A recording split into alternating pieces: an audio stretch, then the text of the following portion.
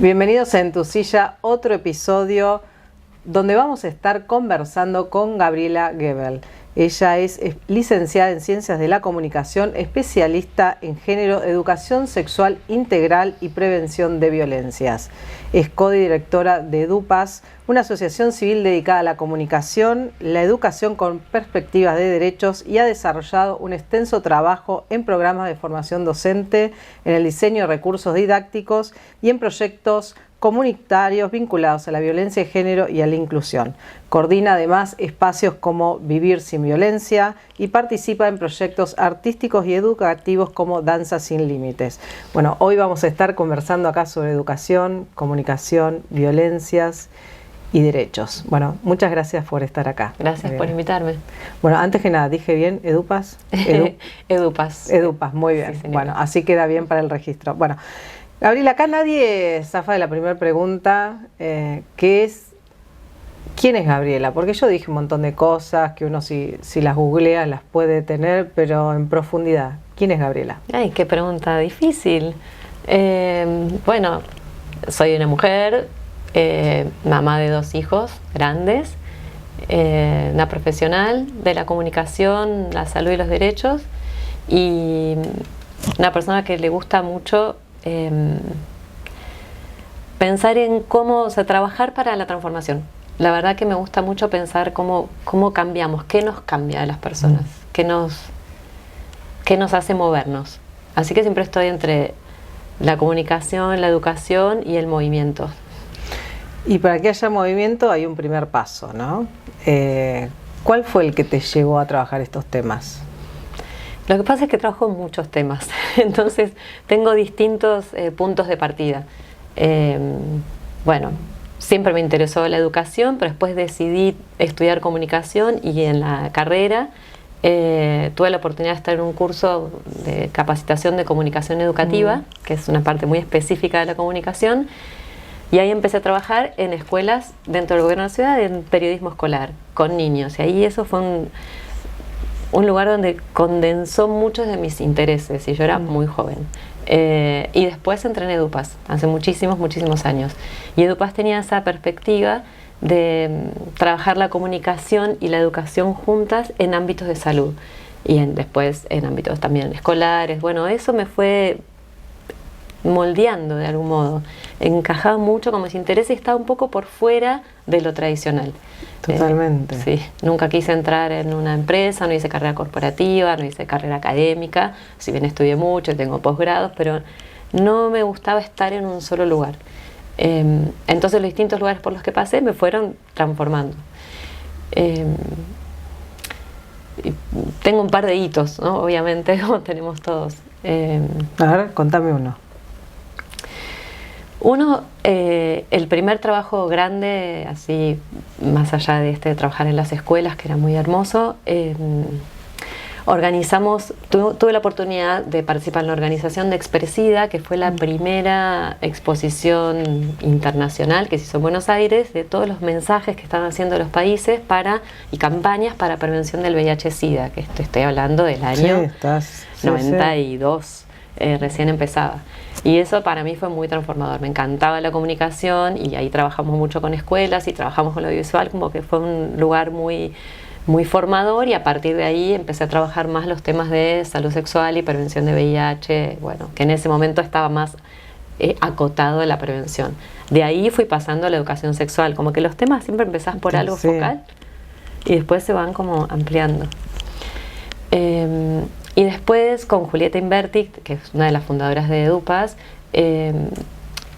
codiseñamos un programa que llamó Un Antes y un Después, en San Javier, en una comunidad en Córdoba, a partir de una estación. Amo San Javier, te quiero decir. ¿En serio? Sí, con nuestra familia es uno de los lugares más lindos. Sí, es uno de los lugares más lindos del mundo, creo. Sí. Bueno, hubo un momento hace muchos años que fue un infierno también, que se develó un infierno, que vivía una mujer y una joven, y eso, ella había vivido 10 años de abuso, y a partir de eso sucedió, bueno, una escena terrible por la cual fue juzgada, pero el pueblo se conmovió mucho porque no entendían cómo ella había ido a este lugar, a la escuela, siendo una buena alumna, una buena persona y tan solidaria, y nadie había visto el proceso que ella ha vivido 10 años de violencia a manos de la persona, el señor que era su patrón, ¿no? Donde ella trabajaba. Y eso generó un movimiento comunitario que, bueno, con Julieta pudimos organizar, coordinar, hicimos materiales, formación. Bueno, ese fue un antes y un después para mí en comprender cómo ocurren las situaciones de violencia sexual hacia niñas, adolescentes y mujeres. A mí me cambió la comunidad también, porque pudimos trabajar de modo comunitario, o sea, trabajábamos nosotras, pero eran un montón de personas que, desde investigar las creencias hasta hacer talleres en las escuelas, juntar otras comunidades, hablar con el fiscal, o sea, y acompañar sobre todo a Elizabeth, que era la protagonista inicial de este movimiento comunitario. Eso me cambió, realmente me transformó. Yo trabajaba ya en algo de prevención de violencias, habíamos escrito un libro entre todas las personas de DUPAS y todo, pero esto me dio primero la posibilidad de participar en un proceso comunitario de transformación. Te hablo de pre, ni una menos, o sea, esto era Sí, 2007. sí, estamos hablando de hace mucho tiempo, sí. Bueno, donde pudimos poner en práctica cosas y estudiar, ¿viste? Estudiamos y después hacíamos ponerlo, y compartíamos, claro, y ponerlo en práctica, sí. Y otra experiencia que nada que ver, pero bueno, también hace muchos años participé de un taller de danza en Rosario. Vino un profesor norteamericano y hizo un taller de lo que se llama Danceability, que bueno, con el tiempo, yo ahora soy profesora certificada de ese método, pero en ese momento fue como un impacto enorme, porque personas con y sin discapacidades bailábamos juntas. Y yo primero miré, eran como 100 personas, estaba con una amiga bailarina y miramos y las dos dijimos, no vamos a entrar, no vamos a poder. Y entramos y a los 5 minutos estábamos bailando, bueno, como es la sociedad, ¿no? Todos mezclados, de un modo muy natural, pero había una secuencia didáctica muy precisa. Y yo ahí aprendí que hay un camino más rápido para la transformación, que es a través del cuerpo. El movimiento, la comunidad, juntos comprendemos algo que por ahí racionalmente solamente es más difícil. Sí, entonces, bueno, desbaratar ciertos prejuicios en 1 hora y media estaba hecho. Bueno, así que para mí esa experiencia fue muy fundante. Ahí armamos Danzas Sin Límites al año y pudimos, sí, por eso digo, tengo muchos, es difícil para mí definirme de un solo modo porque, bueno, hago cosas muy distintas. Igual viste que yo soy de las que creo que no nos define una sola cosa, sino que la trayectoria nuestra nos va moldeando nuestros intereses. Y bueno, yo también me identifico con múltiples intereses, así que al final después uno es uno, ¿no? Con todo ese recorrido. Tal cual. Y va tomando esas partecitas que después le permite, porque en tu caso, la transformación, ¿no? Y yo entiendo, me costó mucho, la verdad, pero entiendo la trama que une todo lo que hago. Realmente trabajo para la convivencia y para la paz, o sea, eso es en el fondo. Y después a través de distintas cuestiones, ¿no? Asesoro escuelas, trabajo en educación sexual integral. Lo que me importa es que las personas podamos convivir y vivir en bienestar, en lo mejor posible. Y tengo un foco particular en niños, niñas, adolescentes y mujeres. Volvamos al foco de niños y niñas y tu experiencia en las escuelas. ¿Qué desafíos hoy tiene la ESI? Y bueno, digamos, ¿qué, si querés, conclusión puedes hacer desde el momento que está implementada, ¿no? Ambas somos madres, distintas edades, un nene de 9 años. Claro, estará en la escuela y ojalá... Está empezando. Ojalá haya ESI ahí. El tema con la ESI, bueno, como sabemos, la situación actual política no la acompaña, así que estamos haciendo ESI, diría, casi desde la trinchera. Me hace acordar mucho a los 90. Nosotros trabajábamos, ya trabajamos en educación sexual previo a la ley, y eran los temas transversales que entraban a la escuela por la ventana. Cuando en la ley, que es de 2010, me escapa, 2006. Sí, por ahí. Estaba cumpliendo 19 años, justo ahora. Cuando aparece la ley y de pronto éramos mainstream, fue impresionante. Entonces poder entrar a las escuelas, yo estuve en el programa nacional, trabajando en la provincia de Buenos Aires, en capacitación, y era increíble porque ibas con todo. Por más que las personas tenían muchos prejuicios y dificultades, y cómo lo voy a hacer, las personas, digo, docentes y directivos y directivas, todo el marco legislativo y de política acompañaba. Sin ese respaldo, por más que existe la ley, ahora está totalmente desfinanciado el programa nacional y solo queda en 13 jurisdicciones y muy achicados los proyectos, los programas, o subsumidos en otras áreas. Lo que yo veo en muchos lados es docentes y directivos y agrupaciones moviéndose para que siga existiendo. Ahora, sin apoyo de política pública, se hace muy difícil. Y con un movimiento muy fuerte antiderechos, que no es solamente acá, es internacional y con fuerte financiamiento, bueno, estamos tropezando todo el tiempo.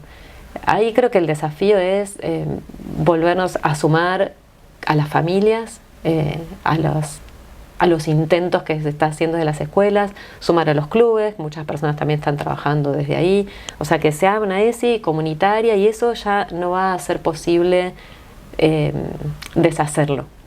Pero la verdad es que se necesita inversión, o sea, sin presupuesto es muy difícil. Todo es difícil. Todo es difícil. Sin un Estado que priorice. Claro, que jerarquice y que dé valor. La sensación de desvalorización de todo lo que tiene que ver con género, con educación sexual, con protección de derechos, es muy fuerte y la sensación de que no está luchando contra algo, bueno, que está fuera de control. Pero creo firmemente en el poder de la comunidad. Hay una teoría que no sé bien de quién es, pero que dice que alcanza con un 25% de personas decididas, con movilización comunitaria, saliendo a las calles para cambiar algo. Lo vivimos un poco con la ley de despenalización y de aborto legal. Confío un poco en eso, que no necesitamos ser mayoría y que estamos moviéndonos territorialmente, comunitariamente. Hay cada vez más movimiento federal importante de personas que estamos muy movilizadas y que comprendemos la ESI como una cuestión transversal e integral, que no es una materia, no es una clase, no es un momento, sino que es algo, una herramienta que nos ayuda a prevenir las violencias sobre todo y nos ayuda a que las personas, niños, niñas y adolescentes accedan a sus derechos.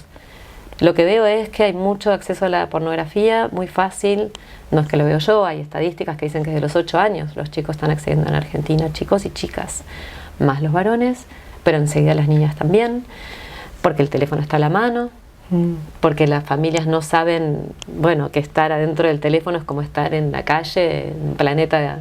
Sí, no hay una ajeno. dimensión del impacto de ese aparato. Exacto, y de a dónde los lleva a los chicos y cuán desprotegidos los deja. Así que el tema, de las violencias que llegan a partir de las redes y el teléfono es algo muy fuerte en lo que tenemos que trabajar más aún.